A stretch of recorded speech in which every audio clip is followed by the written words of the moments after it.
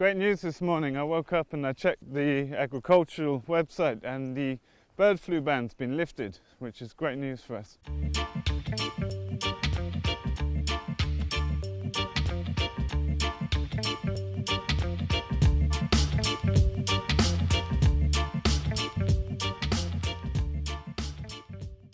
We've got 2,000 birds arriving in just under 3 weeks. We've got 1,000 broiler chicks in our first batch of 6.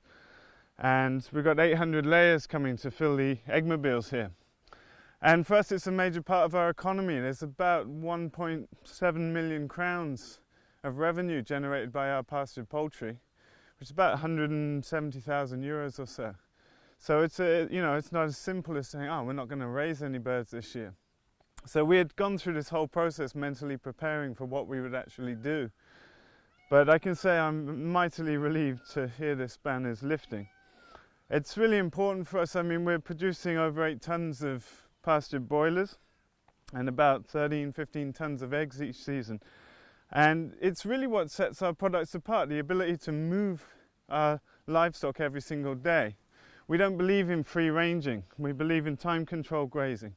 If you've ever been to a free range egg production unit, typically if they have a static housing unit, you'll find that they don't actually range so far. And so the area right outside the housing is just denuded of vegetation and there's no insect life, and that's the beauty of being able to move poultry every single day, is that we give them access to fresh forage which stimulates the ingestion of greens and forbs that give them vitamins and minerals that make our products stand out from anything else that's available on the market here.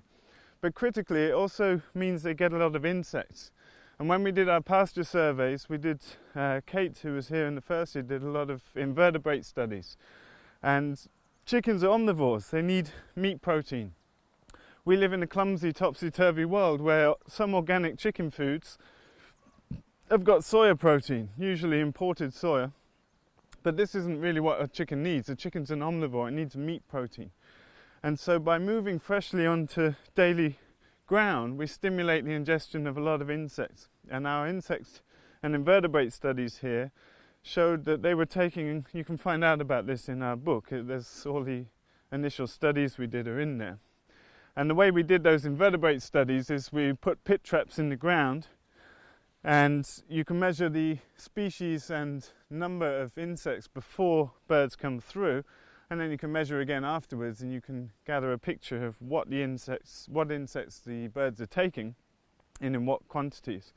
So it's a really, really important part of our enterprise to be able to move livestock every day, and it's really where a small farm like ours can outcompete with even big industry, that care and quality that we can put, because we're doing things in a small scale and very much human-centered. We don't do things with big machines, etc.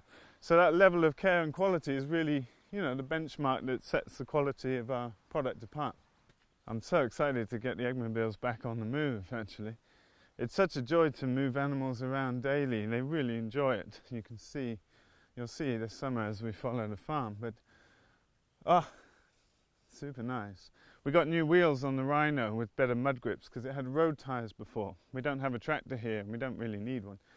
But sometimes when the ground is wet, the ATV we have, it's a Yamaha Rhino. It's quite a powerful machine, but it doesn't have enough weight to give it traction in wet ground. So there's occasions where it's quite hard to pull the eggmobiles.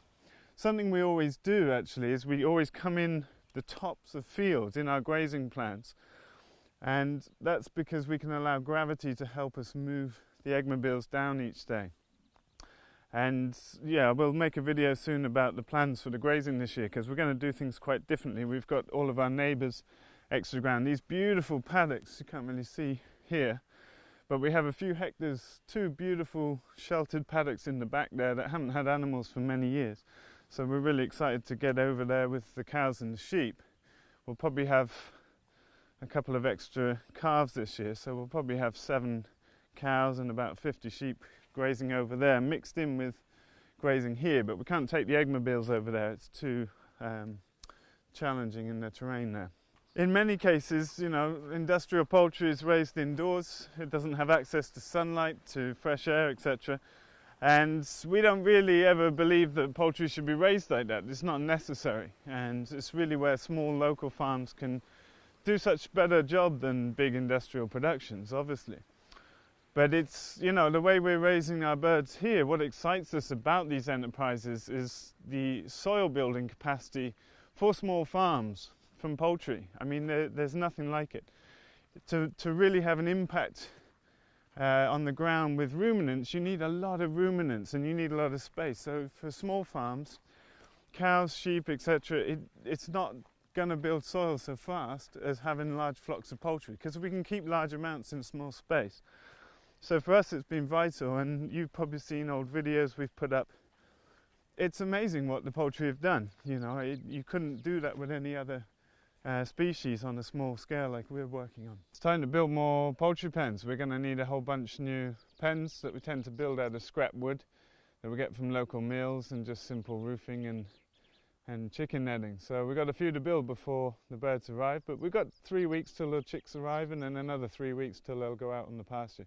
We tend to get the broilers out at about 3 weeks, and we find that they do much better the quicker you get them out, and especially if you give them tufts of grass, etc., to get used to being on the ground when they're young in the broodery, then they do better, is our experience. So we try and get them out as soon as we can. We have to be careful at the start of the season because they're very fragile and the temperatures are often very cold. You don't really want wet, windy conditions when young birds go out. I mean, they are still literally little kids at 3 weeks of age. We've got the rest of the bedding to dig out in here, and then we're going to pressure wash this place and do a little painting with lime, and then put down, we're going to use wood dust like sawdust, and we'll put down about 12 inches, 30 centimeters of sawdust, and then that will be added to every day or two as the birds get bigger. We're going to need this whole space for the first batch of birds, about 1,000 birds, and then we'll be going down to probably 750 at a time. We're doing about 4,000 birds this year. So a big clean-up to happen. We've got 3 weeks till the chicks arrive, so I'm going to put the camera down and dig. So it's a huge weight off our minds, and it's really relieving, and it really allows us to concentrate on doing what we do best, which is raising superior quality pasture poultry like you can't really buy in the shops here. So thanks for watching our videos. I hope you find it useful, and we're going to be starting to put out a lot of content to allow you to follow the farm throughout the production season here. And yeah, we appreciate your views, shares and likes, etc., and you can subscribe to keep up to date with the farm, and you can find out more about our way of farming in our book, Making Small Farms Work. It's available on the website as a PDF or hardcover book. Thanks for watching. See you next time.